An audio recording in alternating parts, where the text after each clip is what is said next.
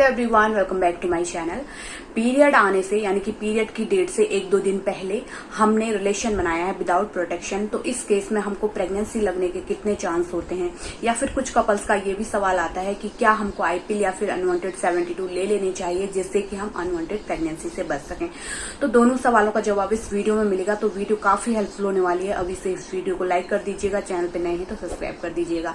तो चलिए टॉपिक के ऊपर बात कर लेते हैं।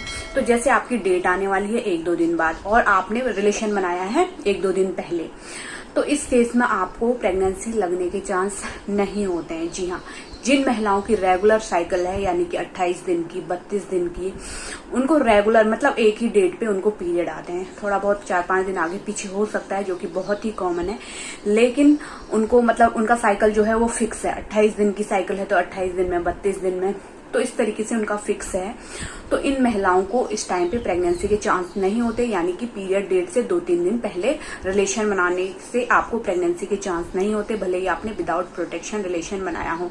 तो इस केस में आपको आईपीएल या फिर अनवांटेड 72 लेने की आवश्यकता नहीं है। अगर आपकी रेगुलर साइकिल है, एकदम फिक्स साइकिल है, हमेशा आपको रेगुलर आपके पीरियड आते हैं। बात कर लेते हैं किन महिलाओं को रिस्क रहता है। देखिए, जिन महिलाओं की इरेगुलर साइकिल है यानी कि पीसीओडी की प्रॉब्लम की वजह से हो या फिर थायराइड की वजह से हो, कुछ महिलाओं को पीसीओडी की वजह से इरेगुलर पीरियड उनके हो जाते हैं। कभी उनको 45 दिन में आ रहे हैं, कभी 2 महीने में आ रहे हैं, कभी उनको 15 दिन में ही पीरियड आ जा रहे हैं, तो उन महिलाओं को रिस्क रहता है स्टिल। क्योंकि उनका ओवुलेशन का कोई फिक्स हिसाब नहीं है कि कब उनको ओवुलेशन होगा। उनका ओवुलेशन कभी भी हो सकता है।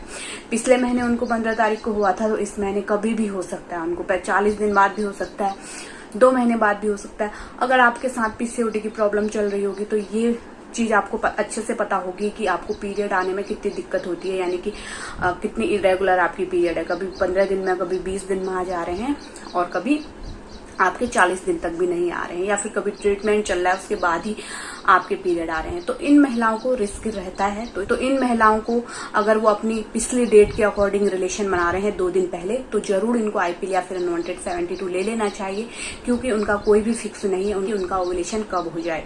देखिए, ओवुलेशन की बात क्यों हो रही है यहाँ पे। जब आपका ओवुलेशन होता है उसके बाद अगर उस दौरान रिलेशन बनाया गया हो, यानी कि जो अंडा है वो उसका जिंदा रहने का समय होता है 24 से 48 घंटे तक वो अंदर जिंदा रह सकता है।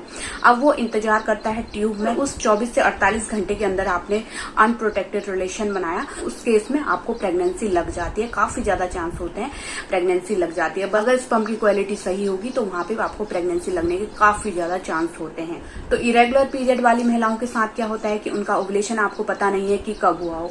सपोज दैट जिस दौरान आपने रिलेशन बनाया, यानी कि आपने ये सोचा कि पिछले महीने हमको 15 तारीख को पीरियड आई थी, तो इस महीने भी इसी तरीके से आएगी, और आपने 2 दिन पहले बिना प्रोटेक्शन के रिलेशन बना दिया।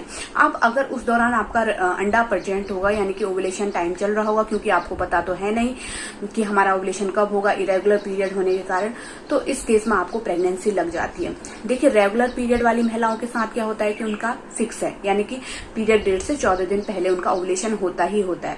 लेकिन इरेगुलर पीरियड वाली महिलाओं के साथ ये नहीं होता है, उनका पीरियड कभी भी आ सकता है। और जैसे मैंने आपको बताया कि पीरियड से पहले होता है आपका ओवुलेशन, और ओवुलेशन के दौरान अगर यानी कि ओवुलेशन के चलते आपने रिलेशन बना दिया है तो वहां पे आपको प्रेगनेंसी लगेगी। स्पर्म और ओवम दोनों मिल जाएंगे और वहां पे प्रेगनेंसी लग जाएगी।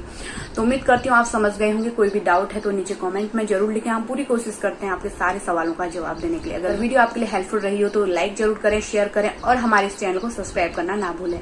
Thank you, thanks for watching.